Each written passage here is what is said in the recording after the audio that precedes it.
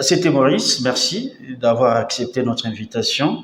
Le parti de Martin Fayoulou refuse de déposer les candidatures à tous les niveaux des élections de 2023, à 6 mois justement de la tenue de ces élections. Est-ce que cela est une bonne décision? C'est une bonne décision. Bon, je pense que ça relève en soi d'un jugement de valeur, mais en soi, c'est une décision qui, bonne, mauvaise, emblématique, à partir du moment où on ne veut pas aller dans une élection perdue d'avance et prendre une décision de se retirer, de ne pas se présenter, je crois que c'est une décision qui est salutaire.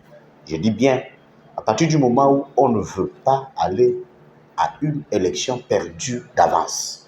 Et donc, dire qu'on n'a pas de garantie et par conséquent, on ne peut pas y participer, c'est une décision salutaire plutôt que d'y aller tout en sachant qu'on est déjà perdant.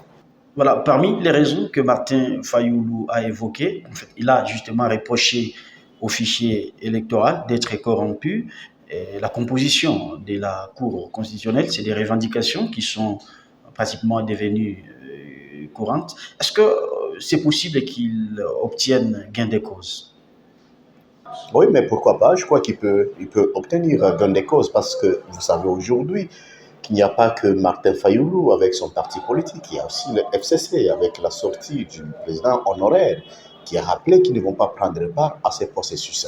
Ah, donc, c'est à ce niveau qu'au niveau de la science politique, nous avons toujours insisté sur la capacité du système à assurer la survie. Donc, la capacité du système à assurer la survie, c'est notamment pour le système de diffuser des attitudes favorables au maintien du système. Et donc, c'est comme ça que vous avez dans certains pays.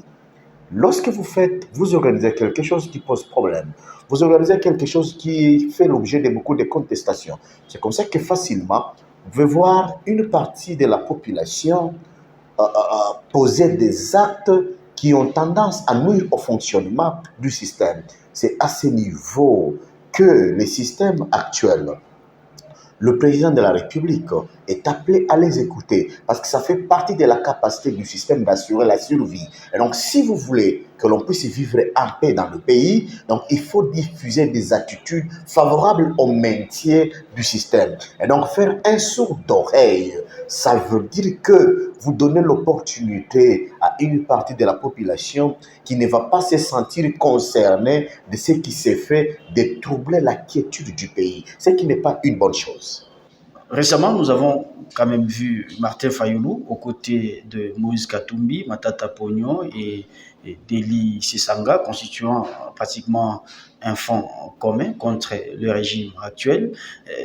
Après que Martin Fayoulou a refusé de déposer les candidatures à tous les niveaux des élections. En même temps, Ensemble pour la République a annoncé pouvoir justement aligner ses candidats.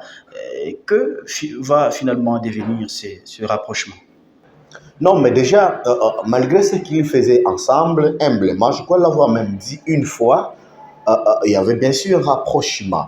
Mais en termes d'aligner un candidat commun de l'opposition, j'ai trouvé que c'était quelque chose qui pourrait un tout petit peu être difficile.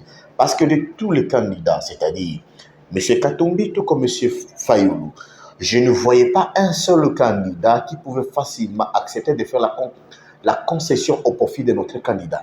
Et donc, ça n'a pas été dans le débat entre les différents candidats. Et donc, ce qui s'est fait là, oui, certes que M. Katumbi a déclaré qu'il va présenter ses candidats à tous les niveaux, mais quelles sont les garanties qu'il a que s'il présentait les candidats à tous les niveaux, il pourrait obtenir gain de cause? C'est ça le problème. C'est un problème de garantie.